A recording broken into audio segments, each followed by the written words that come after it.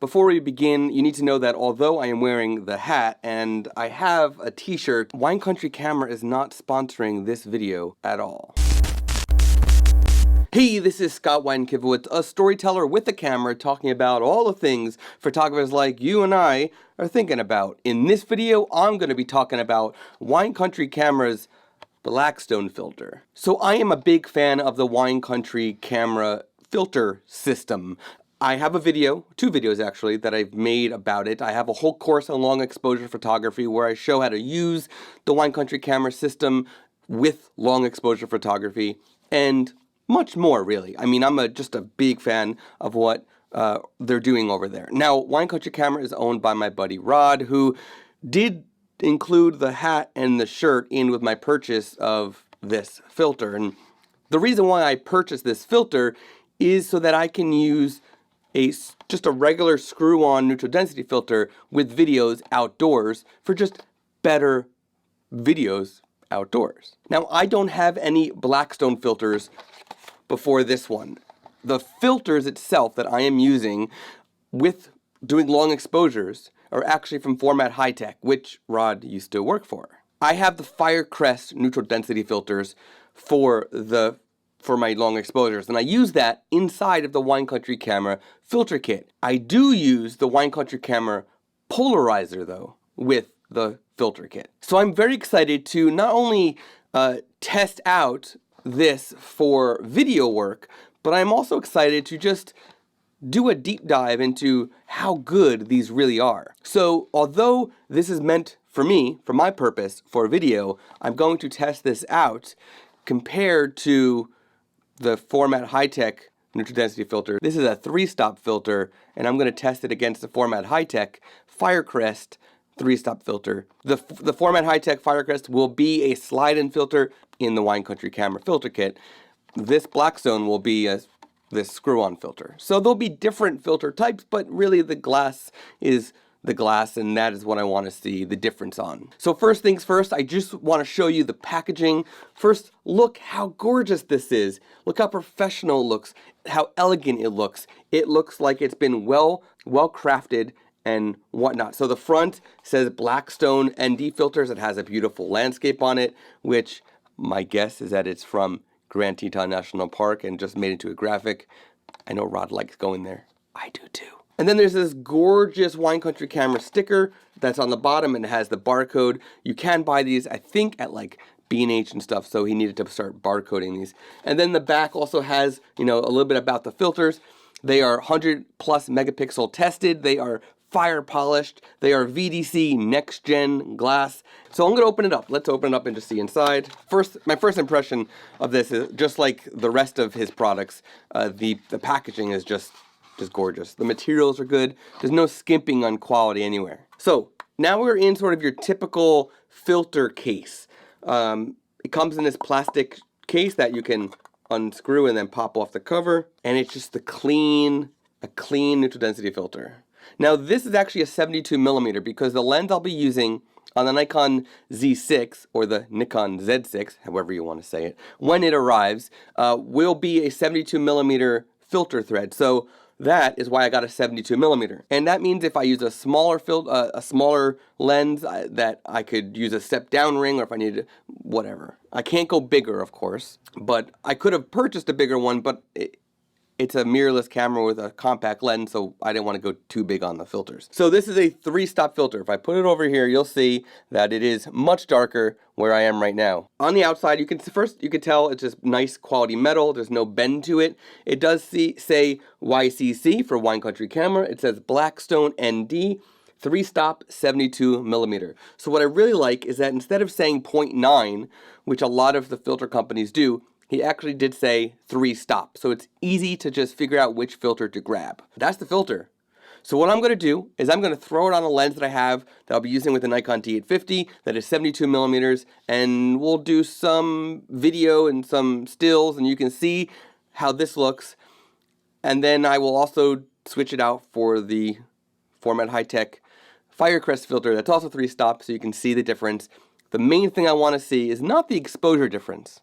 The main thing I want to see is the color difference, because poorer quality filters will produce a color shift. And from my testing up until now, the Formatt Hitech Firecrest filters have been the best white balance, the best color of any neutral density filters. So I'm excited to see how Blackstone takes it up to a new level. And from what I've understood, what I understand from speaking to Rod directly, what I understand from seeing other people's reviews on this, is you do absolutely no color correction when you use one of these filters. So I'm excited. Let's do this. So I've been trying to record the rest of this video to compare the Wine Country Camera 3-stop neutral density filter to a Formatt Hitech Firecrest 3-stop neutral density filter. I've been trying to record this comparison for months, and every time the weather gets nice, it's either too windy and it'll mess with the mic. It's still kind of windy today. It's overcast, and it's probably gonna rain tonight, so it's getting a little dark already, and it's still the morning. There's lawnmowers going on out here. I was thinking about going to a nice area where there's water. Then I realized it's not about the water. It's not about the long exposures in this video. It's about the two different filters and what happens to the colors between these two filters when the exposure gets long. So I decided to just come outside, just do it today. It's a little cold. I'm wearing shorts but a sweatshirt, mic'd up, and hopefully you don't hear the wind. If you do, I apologize. Like I said, I've been trying to do this for so long, and it hasn't worked out. So here we are, and let's dive in. I'm gonna get behind the camera.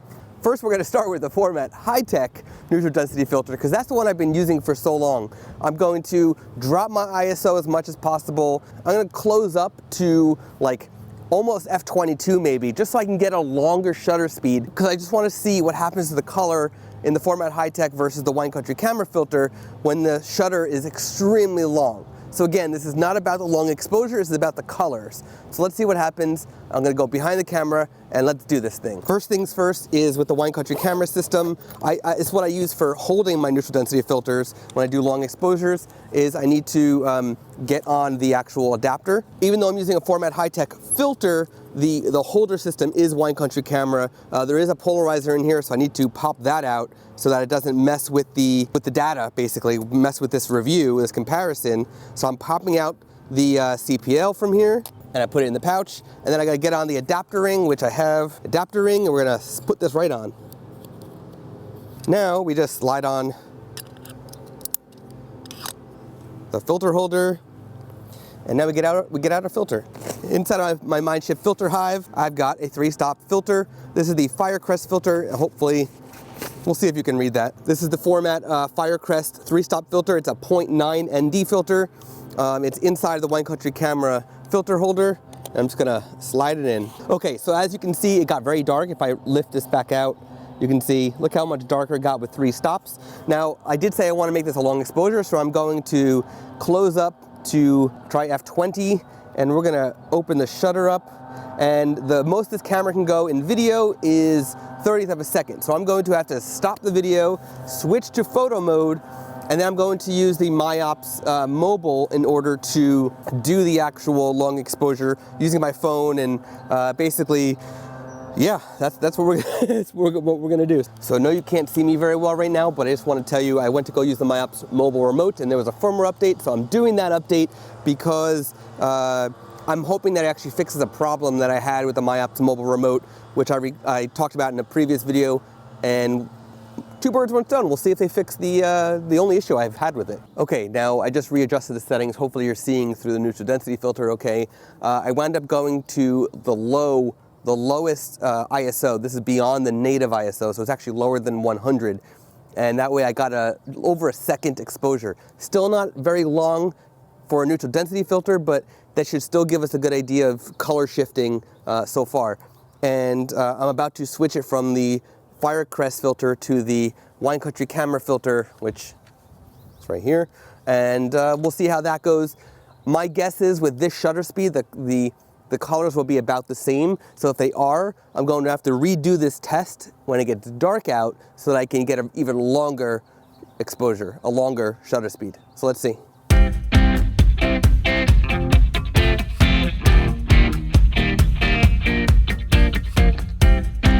Now the main difference between a slot-in style filter and a screw-on style filter is a slot-in style you have to screw on these adapters and this kind of stuff, like what I'm taking off right now.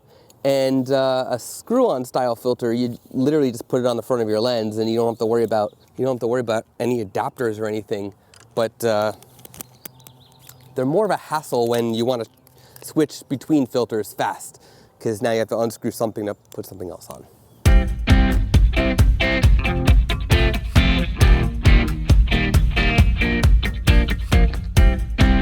Okay, so right now I'm recording with the Wine Country camera filter on. I think my hypothesis is correct that the shutter speed is not long enough to really see a good difference between the two. So I am going to have to do this at night. So hopefully I get a good night soon to finish this video for you. Until then, well, it's getting cold out, so I'm headed back in. I can't even test out if the MyOps remote has fixed the problem that I had because the shutter speed is not even long enough to test it, so we'll see what happens. I will tell you this though, I'm so used to having a mic on top of the camera that right now the fact that I'm wirelessly laved is nice, because I don't have to worry about any excess noise, because it really should only be hearing me, maybe a little bit of the background, so that's pretty cool. Okay, so I had an idea. Instead of me waiting till night, I'm coming back to the studio, turning off the lights, and I'm gonna do my long exposure here, practically in the dark. I will put on one light behind me just to have a little bit of ambiance, and then we're gonna do the long exposure that way because I'm tired of waiting for a good day or good night. I'm just gonna do it and get this comparison done. So here we go. Pardon the strange exposure. That first photo that you just saw was the base exposure for this scene. That is basically, I've got a window where there's a little bit of natural light coming through, but the blinds are closed, so there's not much natural light in here. So this was a almost pure dark room, 30-second exposure that I'm about to throw under density to make it about 4 minutes and 4 minutes on the dot. So that was the base exposure at 30 seconds, and now you're about to see it with the Formatt Hitech Firecrest filter 3-stop at 4-minute exposure. Here we go.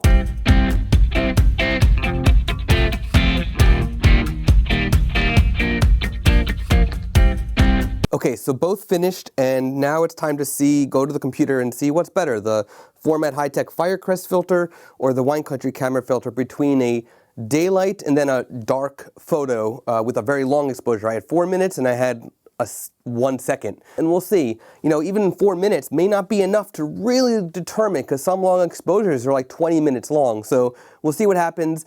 It's also not a very attractive scene, it's just my set down here, so we'll see. And as a bonus, it turns out that the MyOps remote issue was fixed, so I'm gonna do a video on that. Let's head over to the computer and take a look.